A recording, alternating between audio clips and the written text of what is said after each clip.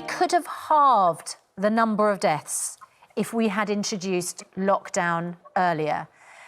That could have saved, if this is true, that could have saved 20,000 lives. I mean, honestly, if you've lost someone during the coronavirus crisis, people will be thinking, could that have been my loved one that we could have saved? Who's right on this? Were the government right to introduce the lockdown when they did? Did the scientists give them the right advice? And because, you know, we're talking about modelling here, aren't we? Is it even true that we could have saved this number of lives? Well, I mean, I found it quite difficult listening to Professor Ferguson, because as soon as he said those words which are quite chilling, really, weren't they?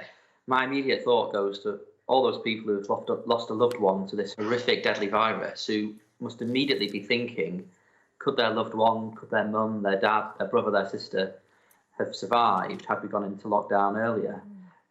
I think it's now obvious to all of us that we were too slow as a country to go into lockdown. In the same way we've been too slow to get the testing up, to deal with to get the tracing in place, to get the protective equipment to our brave frontline NHS staff.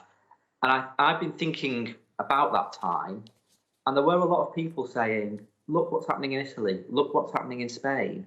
Why are we not acting? Why are we not following the same advice? One of the things we heard at the time, though, Jonathan Ashworth, is that we were 2 weeks behind where they were, and actually it felt like we had sort of a 2-week lag, 2 weeks grace before we needed to make those decisions. That was constantly put forward by scientists and by politicians at the time, that they're ahead of us in terms of where they are with cases and their spike.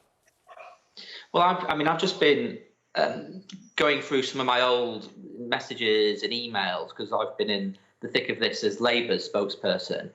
And I remember back at this time, I've just been going through the WhatsApp messages with other politicians who we work on this in the Commons.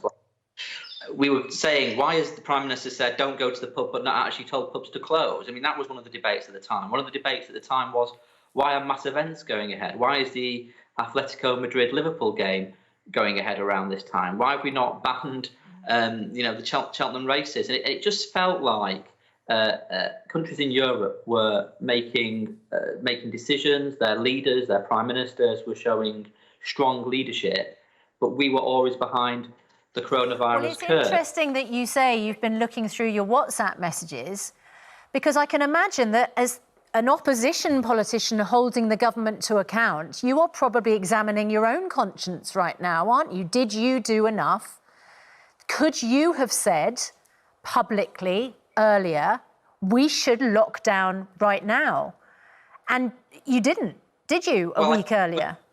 We did call for lockdown before the country went into lockdown, but we were saying to the Prime Minister, why aren't you following the same advice that other countries are following? Why is the UK different from Italy, from Germany? Why have we not banned mass events? Why are you saying, don't go to the pub, but why are you not actually closing pubs and restaurants? Jonathan Ashworth, if you were being advised by the same scientists as the government were, and the government were saying there is low risk from mass gatherings and we don't need to introduce more than social distancing right now, can you honestly, hand on heart, say we would have ignored them and we would have just imposed a lockdown? Well, you have to challenge the judgments and reassure yourselves that you as the politician are making the right decisions, because in the end, it's not the scientists who are elected to run the country, it's the Prime Minister and the Cabinet.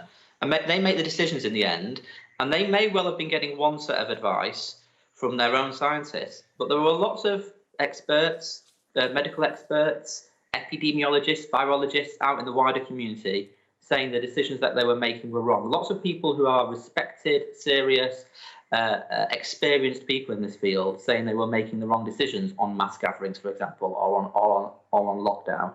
And I think if there's so many people in the wider medical science community challenging you, I think you have a responsibility as a Prime Minister or Health Secretary or whatever post you have in government to really question the science. And if you look at the papers that have been produced, which have now get published. I mean, they never used to be published. They've only been published because of pressure from pressure from your TV programme and pressure from politicians and campaigners, it's clear in there that judgments about banning mass gatherings or going into lockdown are in the end political judgments for the politicians. Well, not just before we move on from this particular issue, the Labour Party's approach at the beginning of the crisis was to be broadly supportive of the government.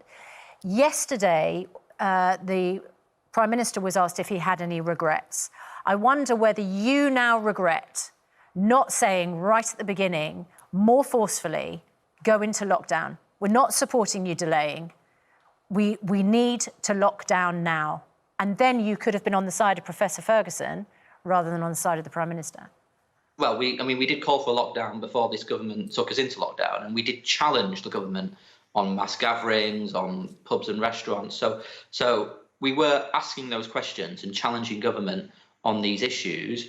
But I think it is important that at a time of public health crisis like this, that this isn't an opportunity to score political points. I mean, I do think the government have been too slow. Too slow on lockdown, too slow on protecting NHS staff, too slow on our care homes. I mean, it's a real tragedy that we've seen unfold in our care homes across the country. They're now too slow on testing and tracing. They're too slow in putting in plans to educate our children. So I do think we have been behind the coronavirus curve, as it were. But by challenging government, we hope we can get them to improve their response.